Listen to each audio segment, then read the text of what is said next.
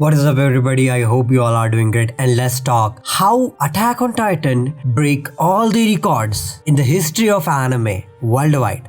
जी हाँ, attack on Titan इतना popular हो गया है कि उसने वन पीस, नारुतो और ब्लीच जैसे एनिमेस के कई सारे बड़े बड़े रिकॉर्ड्स को बड़े ही आराम से तोड़ दिया उसके सीजन 4 के पहले ही एपिसोड में। इससे पहले कि हम इसकी थोड़ी और डिटेल में जाए, चलो बढ़ते हैं इसकी कुछ छोटी छोटी चीजों के ऊपर जिसकी वजह से ये एनिमे बना one of the most popular anime world wide. बात सिंपल सी है, जब ये एनिमे पहली बार रिलीज हुआ स्टार्टिंग के 3 एपिसोड किसी का कुछ समझ में नहीं आ रहा था। चौथा एपिसोड जैसे ही आता है ये एनिमे उसकी पीक पे होता है। इस एनिमे के कुछ बहुत ही ज्यादा ओपी सीन, इसकी epic story line and the best character developments को देख करके कई सारे लोगों ने इस एनिमे को देखना शुरू करा। और स्टार्टिंग का पहला सीजन उनको उतना ज्यादा पसंद नहीं आया जितने कि बाकी आगे के सीजन आए। बट जब वो पहला सीजन आया तब उन्होंने क्या करा कि जो क्रिएटर था या मैं कहूँ जो एनिमेशन था, लास्ट में क्लिफ हैंगर पे आपको छोड़ करके चले गए। और कहीं पर भी क्लिफ हैंगर पे अगर आप छूट जाते हो ना, तो आपको नेक्स्ट एपिसोड या नेक्स्ट सीजन तो देखना ही देखना है। इसी वजह से कई लोगों ने सीजन 1 के बाद मांगा ही देखना शुरू कर दिया। मांगा और एनिमे तो उसकी जगह पे ठीक था, लेकिन एनिमे की पॉपुलैरिटी इतनी ज्यादा कैसे बढ़ गई? एनिमे की पॉपुलैरिटी इतनी ज्यादा बढ़ने के 2 रीजंस थे। पहला, इसकी स्टोरी बहुत ही ज्यादा कमाल की थी और जो बेस्ट रीजन था वो था इसका एनिमेशन। जी हाँ, इसके एनिमेशन ने इतना एपिक और इतना सही एनिमेशन व्यूअर्स के सामने रखा कि व्यूअर्स बस शॉक हो गए और उसके एनिमेशन के फैन बन गए। कई लोग तो इस एनिमे को सिर्फ उसके एपिक एनिमेशन की वजह से ही देखना स्टार्ट कर चुके थे। और उसके बाद कई लोग थे जिनको आर रेटेड चीज़ें पसंद नहीं थी। एक बार सोचो, एक एनिमे जो कि कम्प्लीटली आर रेटेड है, जिसमें हर सीजन या हर एपिसोड के बाद एक नए कैरेक्टर की डेथ हो जाती है, ऐसे एनिमे को कौन देखना पसंद करेगा? बट स्टिल हमारे पास ऐसे कई लोग हैं और सब लोगों की मेंटेलिटी बहुत अलग अलग होती है। मैं उस मेंटेलिटी से बिलोंग करता हूं जिस मेंटेलिटी में मुझे फर्क नहीं पड़ता कि क्या हो रहा है उस सीरीज में। मुझे चाहिए कि उसकी स्टोरी इतनी एपिक हो कि मेरी गूज बम्स हर एपिसोड में खड़े हो जाए। और अटैक ऑन टाइटन ने वही करा। अटैक ऑन टाइटन के हर प्लॉट ट्विस्ट, हर क्लिफ हैंगर और हर एपिसोड में लोगों के गूज बम्स खड़े हो गए। इतना ही नहीं, होता है कई एनिमेज में ऐसे जहां पर मेन कैरेक्टर से ज्यादा लोग साइड कैरेक्टर्स को पसंद करने लग जाते हैं। जैसे कि वन पीस के अंदर जोरो और सांजी जैसे जो कैरेक्टर्स है उनको मेन कैरेक्टर से ज्यादा पसंद किया जाता है। वहीं पर ब्लीच में आइजन जैसे कैरेक्टर्स को मेन कैरेक्टर से ज्यादा पसंद किया जाता है। वहीं पर नारुतो में ककाशी जैसे कैरेक्टर को, जिराया जैसे कैरेक्टर को कई बार मेन कैरेक्टर से ज्यादा पसंद किया जाता है। ये की पॉइंट होता है किसी भी एक सक्सेसफुल एनिमे के अंदर कि सिर्फ उसका मेन कैरेक्टर ही नहीं, उसके बाकी कैरेक्टर भी उतने ही ऑसम हो। और अटैक ऑन टाइटन के अंदर भी ऐसा है। इसमें कई सारे ऐसे कैरेक्टर्स हैं जिसको कि मेन कैरेक्टर से ज्यादा पसंद किया जाता है। और जो सबसे अच्छी बात अटैक ऑन टाइटन के अंदर है वो उस मेन कैरेक्टर का कैरेक्टर डेवलपमेंट। देखो, किसी भी एनिमे में या किसी भी स्टोरी में जब एक एनिमे या स्टोरी शुरू होती है, वहां पे हम देखते हैं कि उसका जो कैरेक्टर है वो किस तरीके से डेवलप हो रहा है उस सीरीज के अंदर। दरअसल उसका डेवलपमेंट होना हमको बहुत ज़्यादा पसंद आता है और हम बहुत ज़्यादा सीरीजों में यही चीज़ देखने के लिए उसको देखते हैं। जैसे कि तुम ब्लीच को देख लो, तुम नारुतो को देख लो या फिर वन पीस को देख लो, उसके मेन कैरेक्टर्स धीरे धीरे करके डेवलप होते हैं। बट ऐसा क्या हुआ सीजन 4 में कि कैरेक्टर इतने ड्रास्टिकली चेंज हुए और उसने वर्ल्ड वाइड तहलका मचा दिया। सीजन 4 के फर्स्ट एपिसोड ने इतनी ज्यादा व्यूअर्स गेन करे कि उसने माय एनिमे लिस्ट के history of the anime records को भी तोड़ दिया। दरअसल अटैक ऑन टाइटन के सीजन 4 के फर्स्ट एपिसोड ने माय एनिमे लिस्ट के मोस्ट व्यूड एपिसोड का रिकॉर्ड ही तोड़ दिया। हिस्ट्री ऑफ एनिमे की रिकॉर्ड्स तोड़ दिया अटैक ऑन टाइटन जैसे एनिमे ने। यही नहीं, 2019 में अटैक ऑन टाइटन ने मांगा की 100 मिलियन से ज्यादा कॉपीज बेची और इसने उस वक्त में वन पीस को भी पीछे छोड़ दिया था। सो सिंपल टर्म में हम ये जानना चाहते हैं कि इस पॉपुलैरिटी का राज क्या है। मतलब कैसे कोई एनिमे इतना पॉपुलर बन जाता है। एक एनिमे जिसके अंदर कैरेक्टर्स बहुत ही जल्दी मर जाते हैं, एक एनिमे जिसके अंदर कैरेक्टर जिसके ऊपर अगर आप लगा के रखो अपना लव तो वो बहुत ही आराम से मर जाते हैं, ऐसा एनिमे कैसे मोस्ट पॉपुलर एनिमे बन जाता है? चलो इसके कुछ की पॉइंट को समझने की कोशिश करते हैं।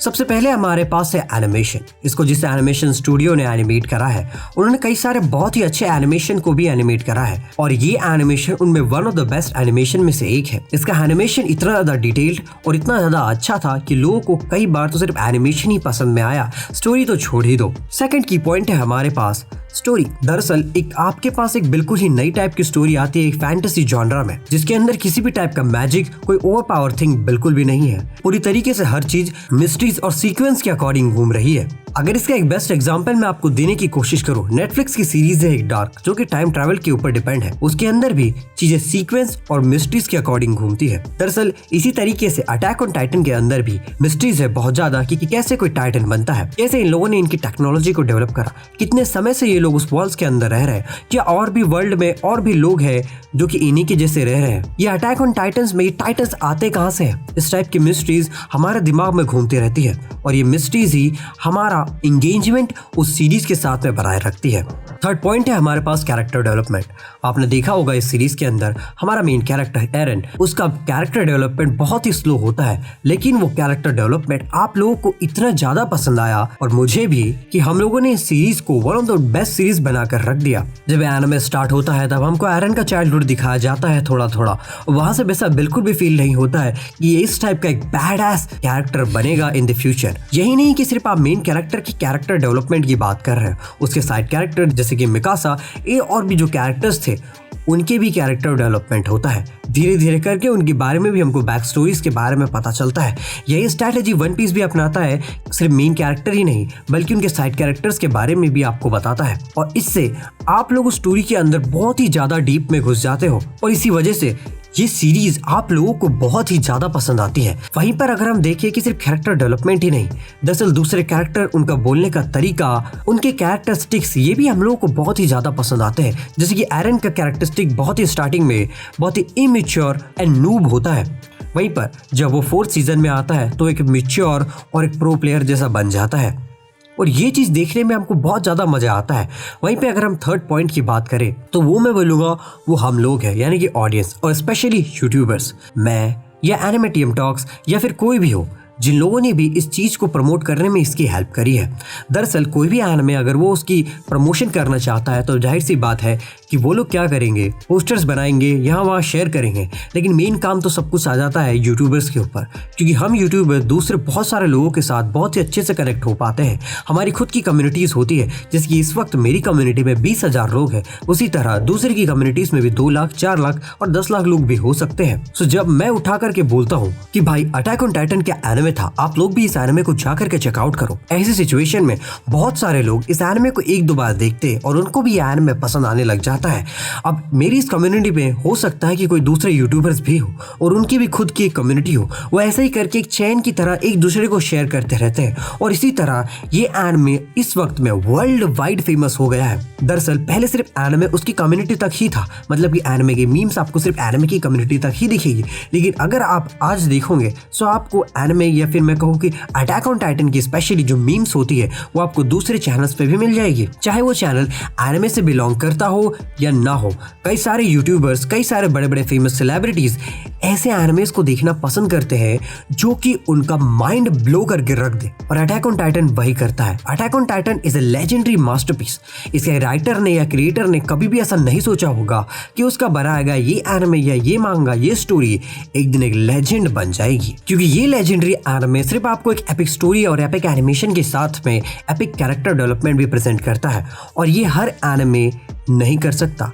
चाहे मैं किसी और भी एनिमे की बात करूं, अगर इस एनिमे को मैं किसी के साथ कंपेयर करना चाहूं तो वो होगा वन पीस, क्योंकि वन पीस के अंदर भी आपको epic story line, epic character development and epic animation को देखना मिलता है। बट स्टिल मैं इन दोनों एनिमेस को बिल्कुल भी कंपेयर नहीं करना चाहता, क्योंकि दोनों ही बिल्कुल डिफरेंट जॉनरास और डिफरेंट आइडियोलॉजीज पे बिलोंग करते हैं। हो सकता है कि वन पीस और अटैक ऑन टाइटन की आइडियोलॉजी काफी कुछ सेम हो, जैसे कि फ्रीडम। अटैक ऑन टाइटन में भी ये लोग फ्रीडम चाहते हैं उन टाइटन से, और यहाँ पर लूफी और उसका क्रू फ्रीडम चाहते हैं वर्ल्ड गवर्नमेंट से। आइडियोलॉजी जरूर सेम है, लेकिन इन दोनों चीज बहुत ही ज्यादा डिफरेंट है। अटैक ऑन टाइटन एक अलग ही मास्टरपीस है, वन पीस की जैसा ही। सो आई होप तुम लोग अगर अभी तक अटैक ऑन टाइटन नहीं देखे हो, मैं रेकमेंड करूंगा एक बार जाकर के चेकआउट कर लो, क्योंकि एक मास्टरपीस को देखने का मजा सिर्फ तुम लोगों को तब ही आएगा जब दूसरे भी लोग उसी सेम मास्टरपीस को आपके साथ देख रहे हो, ताकि आप उसी चीज के बारे में दूसरे लोगों से भी डिस्कस कर सको। सो आई होप तुम लोगों को ये वीडियो पसंद आया होगा। वीडियो पसंद आया तो मेक श्योर इस वीडियो को लाइक, शेयर एंड सब्सक्राइब जरूर करें। मैं इस वक्त यूट्यूब पे शॉर्ट्स भी अपलोड कर रहा हूँ, तुम लोग जा करके शॉर्ट्स भी चेकआउट कर सकते हो। सो मिलता हूँ किसी नए वीडियो में किसी नए टॉपिक के साथ, तब तक के लिए बाय बाय।